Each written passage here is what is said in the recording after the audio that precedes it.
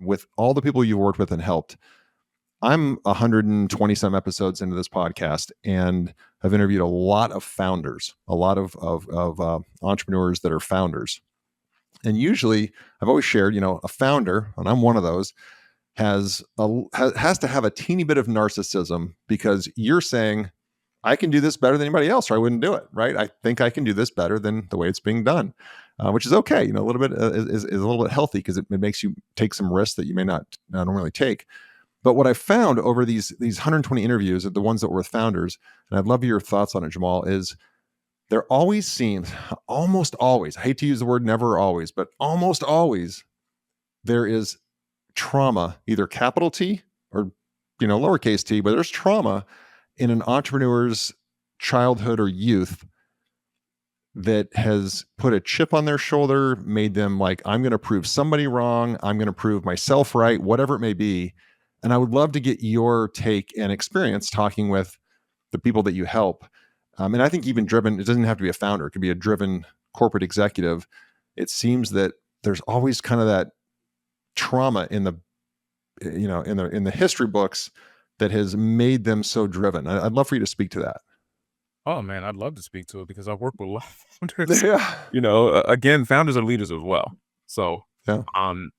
man, if you have listened to my podcast, you'll hear me say it even in my questioning. But I say the very thing that annoys you the most is the problem you created to solve. And the very trauma or darkness of your past forms the very platform that you stand on. And so with that being said, a lot of founders, when they've done the shadow work and they've done the work, they see, okay, this is my driver. This is what motivates me. And a lot of times it's to prove myself. I want to prove myself. I can get this done. Like you said, that narcissist within. And sometimes that need to be needed. Let's keep it a stack here.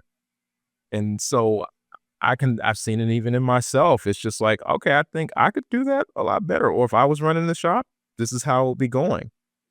And if you think about when it comes to founders who work in speaking or coaching, whatever it is, sometimes it depends on where they fall in the family. They may either be the oldest, they may be the youngest.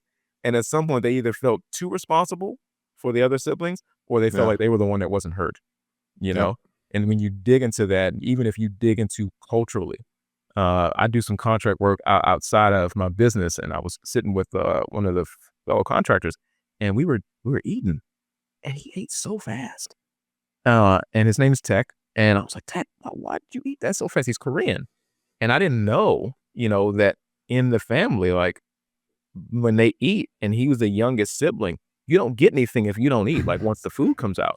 And so when you listen before you speak and take time to collect the data, you see there are even cultural components into why a person does what they do.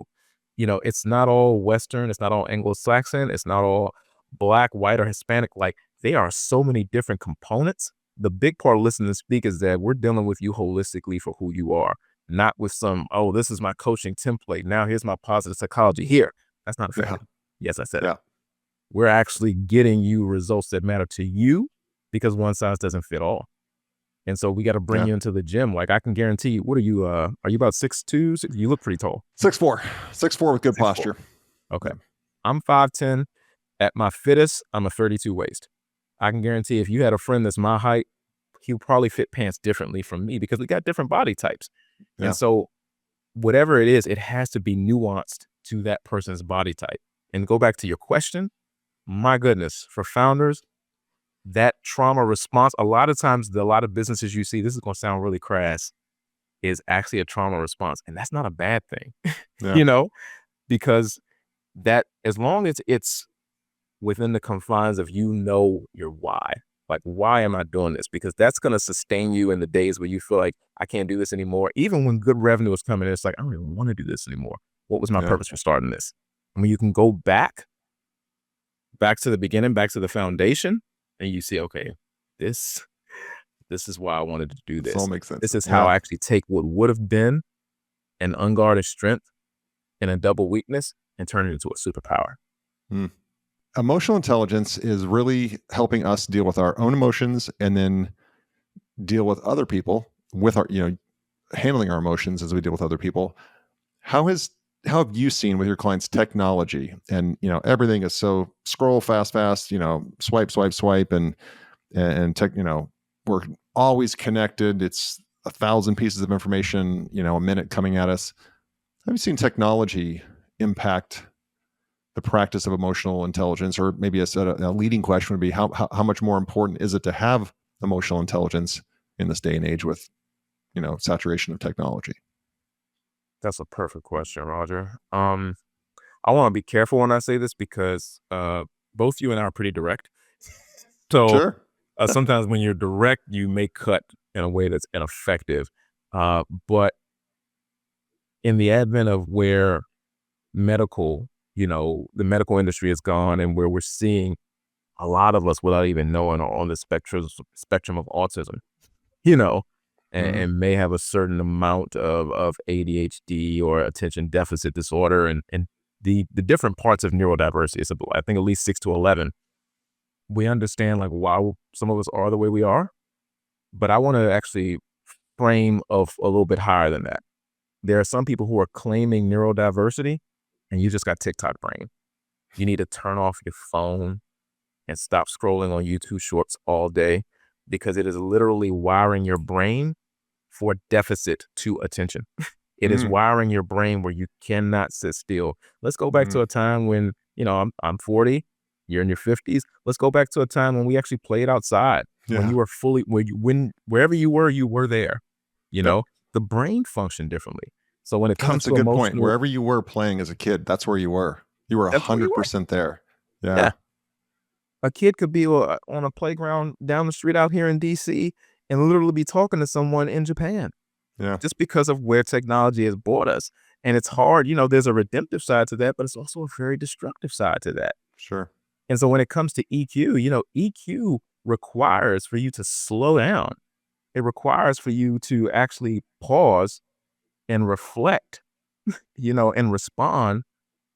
But if you don't do that, if you're not emotionally intelligent, you won't pause and you will react and you may Yeah. explode. Yeah. So Yeah.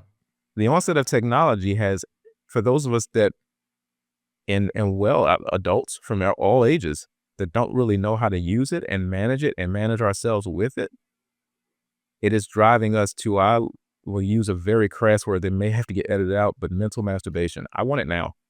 Yeah. I sent you Yeah. that text. Why haven't you text me back? I saw you read that. Exactly. I saw that on Yeah. read. It's been I four sent that minutes. Haven't email. replied to my email. What's going on? Yeah. We want it now. We're bombarded. It's always we want something now, now, now, now, now. But emotional intelligence is more of that delayed gratification. Let's make sure that we can make the right choice here at the right pace, which none of us are going at the right pace right now. We're all going full out. Exactly. We are meant to be maybe going 45 miles per hour, through a quicker residential lane, and we're going at 180 miles per hour. We are Yeah. moving at breakneck speed.